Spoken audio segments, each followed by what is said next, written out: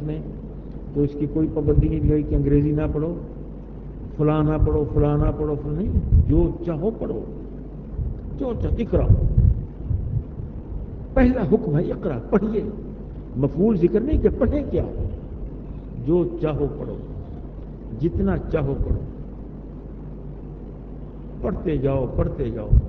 مگر اقرا بسم ربک الذی خلق.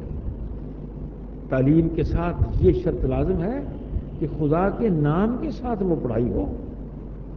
ایسا نہ ہو کہ وہ تعلیم ایسی ہے جو مجھے خدا سے دور کر دے، دین سے دور کر دے. اگر وہ دنیا کی تعلیم مجھے خدا سے دور نہیں کر سکی تو یہ دینی تعلیم ہے. اس دنیا کی تعلیم نے مجھے خدا کے قریب کیا تو میں اسے دنیا کی تعلیم کیوں کہوں؟ اگر میں نے دین کی تعلیم حاصل کی ہے، قرآن حدیث پڑھا ہے، اور پھر دین سے دور ہو گیا ہوں، تو یہ میری دین کی تعلیم میرے کس کام آئی؟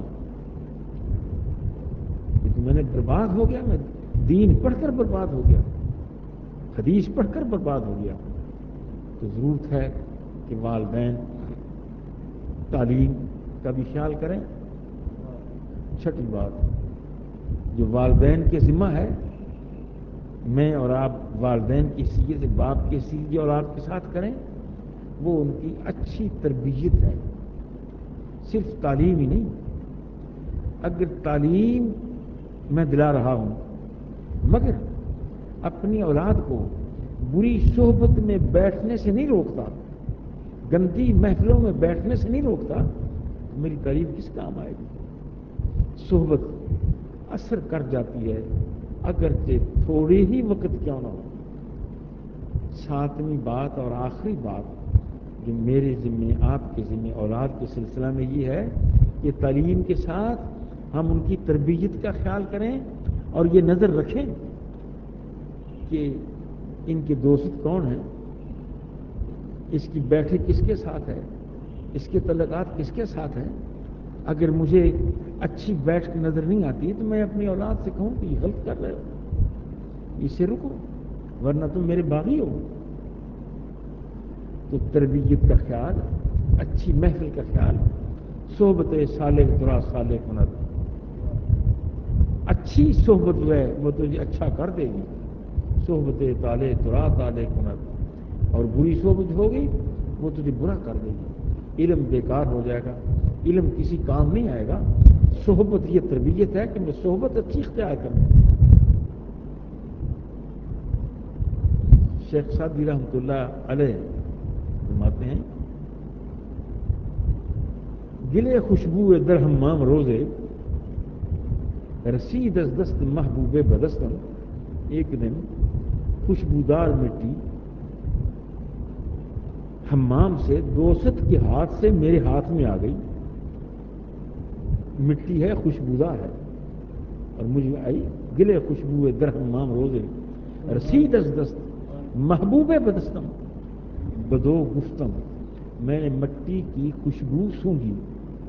بدو گفتم کی مشکی یا ابیلی کیا زبوئے دلا ویزے تو مستم.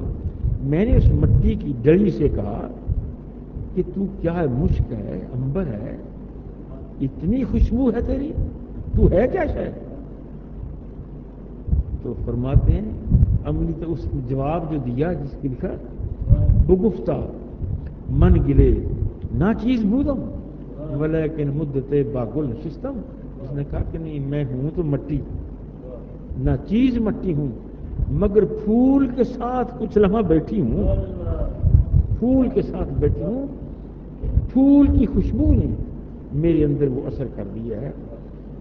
تربیت. ساتویں بات والدین کے ذمہ جو اولاد کی پہنچتی ہمارے ذمہ، ہم باپ کی حیثیت سے سوچیں کہ میری اولاد، اس کی محفل کیسی ہے. آج کل یہ ہے کوئی بات نہیں جی، جو کوئی تقریر کرے سن لو. کوئی کافر تقریر کر رہا ہے، کوئی بے دین تقریر کر رہا ہے، کوئی بدمزل تقریر کر رہا ہے، جو کہتا ہے تقریر سننے میں کیا حرج ہے جی، سنو، مجھ پر کیا اثر ہوگا؟ غلط ہے. صحبت اثر کرتی ہے. اگر سمجھتے ہو کہ وہ بندہ غلط ہے تقریر کرنے والا، نہ بیٹھو، اس کی صحبت اثر کرے گی. اچھی محفل دیکھ لیجیے، صحابہ کرام صحبت کی بات آئی. صحابی کون ہے؟ جس نے رسول اللہ کو ایمان کی نگاہ سے ایک مرتبہ دیکھ لیا ہے اور ایمان لے آیا ہے. اسے نماز پڑھنے کا موقع نہیں ملا، روزے کا موقع نہیں ملا، زکوٰۃ کا موقع نہیں ملا، مسجد میں جانے کا موقع نہیں ملا، مسجد میں نماز پڑھنے کا موقع نہیں ملا، مسجد بنانے کا موقع نہیں ملا، اور پھر فوت ہو گیا. صحابی ہے. صحابی ہونے کے لیے حضور کی محفل کا ہونا ہے، ایمان کے ساتھ مانا ہو. یہ شرط نہیں کہ وہ اتنے سال رہا ہو، نمازیں اتنی پڑھی ہوں، حضور کے ساتھ رہا ہو پھر صحابی ہو گئے. نہیں، اس نے کوئی عمل صالح، نماز روزہ حج زکوٰۃ کا نصیب نہیں ہوا بالفرض اور وہ فوت ہو گیا. تو چشتی، قادری، نقش بندی، سور وردی، یہ سارے ہمارے جو صوفیوں کے سلسلے ہیں، ان کے 10,000 ولی 10,000 ولی اکٹھے ہو جائیں، 10 لاکھ ولی اکٹھے ہو جائیں اور پرواز کریں، اور ان ہر ولی نے 100 سال عبادت کی ہو، 100 حج پڑھا ہو، 100 مسجد بنائی ہو، پھر بھی بلال حبشی کی پرواز کو نہیں پہنچ سکتے.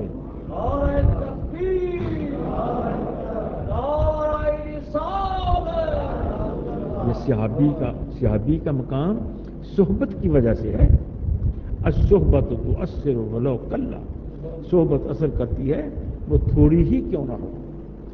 یہ 7 باتیں تھیں آپ کو پچھلے رمضان شریف سے پہلے جمعے کے ساتھ ذرا تعلق جوڑنے کے لیے. والدین کی خدمت کا ذکر ہوا تھا، میرے ذمہ کیا تھا وہ پہلے، اور آج والدین ہمارے ذمہ کیا ہے، آج ان کا ذکر ہے. اور آئندہ اس طرح سے تعلقات کی بنا پر حقوق العباد کے مسائل پر بات ہوتی رہے گی. ایک اور آیت پڑھیے آخری، ان الذین قالوا ربنا اللہ ثم استقاموا، وہ لوگ جنہوں نے کہہ دیا ہمارا رب اللہ ہے پھر اس پر پکے رہ گئے. تتنزل علیہم الملائکہ، ایسے لوگوں پر فرشتوں کا نزول ہوتا ہے.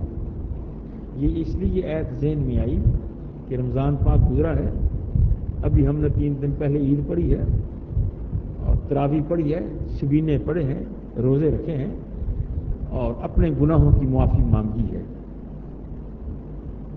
وہ جو میں نے رمضان پاک میں اپنے گناہوں کی معافی مانگی ہے، توبہ کی ہے، مجھے چاہیے بیٹے، میرے عزیز، میرے دوست، کہ میں آپ اس توبہ پر پکے رہ جائیں. ایک دفعہ توبہ کی ہے کہ یا اللہ ہم نے جو گناہ کیا ہے اس سے معافی چاہتے ہیں، توبہ کرتے ہیں، آئندہ نہیں کریں گے. یہ ہے استقامت. ایک استقامت کا معنی یہ کیا گیا ہے کہ جن لوگوں نے میثاق عالم ازل میں کہا تھا، شروع میں جب روحوں سے پوچھا گیا الستو بربکم، کیا میں تمہارا رب نہیں ہوں، تو میں نے آپ نے ساری روحوں نے کہا بلا یا اللہ تو ہمارا رب ہے. ایک استقامت کا یہ معنی ہے کہ وہ میں اور آپ دین اسلام پر پکے ہیں، ہم نے استقامت کی ہے کہ وہ عہد جو رب سے کیا تھا کہ ہاں تو اللہ ہے، ہم نے مانا. یہود، نصارہ، ہندو، سکھ، عیسائی، بدمذہب، بدھ، یہ سارے لوگ جن کی روحوں نے بلا کہا تھا اور آج وہ اس راہ سے راستہ سے ہٹ گئے ہیں، یہ استقامت نہیں ہے. ایک استقامت کا معنی یہ ہے کہ انہوں نے جو کہا تھا تو اس پر پکے ہیں. ایک استقامت کا معنی یہ ہے کہ میرا عمل ریا سے پاک ہو، دکھاوے سے پاک ہو.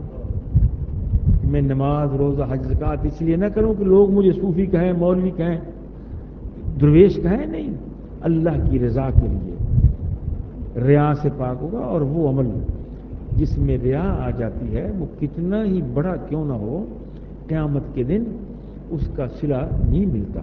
جیسے حدیث پاک میں آتا ہے شہید کو بلایا جائے گا، پوچھا جائے گا بتا میرے لیے کیا لایا ہے، وہ کہے گا یا اللہ تیری راہ پر شہید ہو گیا تھا، میرے گوشت کے ٹکڑے ہو گئے، بازو کٹ گئے، ٹانگیں کٹ گئی، گردن کٹ گئی، تیری راہ میں شہید ہوا تھا. تو حکم ہوگا کہ اسے دوزخ میں ڈالو. وہ روئے گا. حضور فرماتے ہیں وہ روئے گا, آنسو بہائے گا, میرے اللہ میں تو تیری راہ میں شہید ہوا تھا, گھر چھوڑا تھا, بچے چھوڑے تھے, گردن کٹوائی تھی, اور آج دوزخ.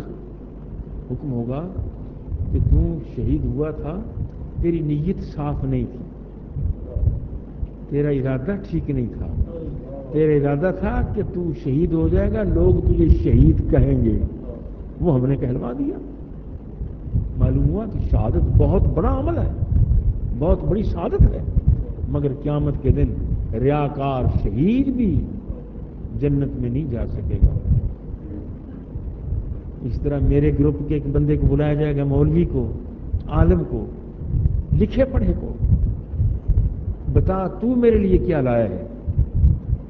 وہ کہے گا یا اللہ میں ساری زندگی پڑھتا رہا, پڑھاتا رہا, قرآن پڑھتا رہا, پڑھاتا رہا, حدیث پڑھتا رہا, لوگوں کو درس دیتا رہا. حکم ہوگا اسے بھی دوزخ میں ڈالو.